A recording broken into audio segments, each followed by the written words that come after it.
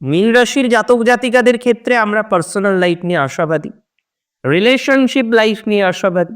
দেখুন, রিলেশনশিপ জীবনচক্রে থাকবে, রিলেশনশিপে জীবনচক্রে বিভিন্ন ইস্যুস থাকবে, সেটা তো স্বাভাবিক, এটা তো জীবনচক্রে ঘটবেই।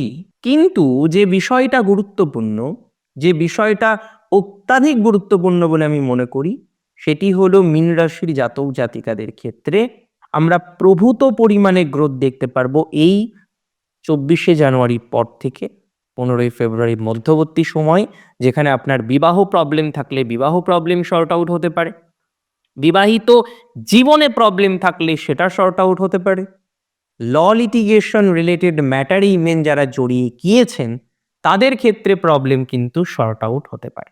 একটা হাই প্রবাবিলিটি রয়েছে মিনের প্রবলেম সর্ট আউট হওয়ার। অ্যান্ড আই বিলিভ, আমি বিশ্বাস করি সেটা সংগঠিত হবে, সেটা কার্যকরী হবে।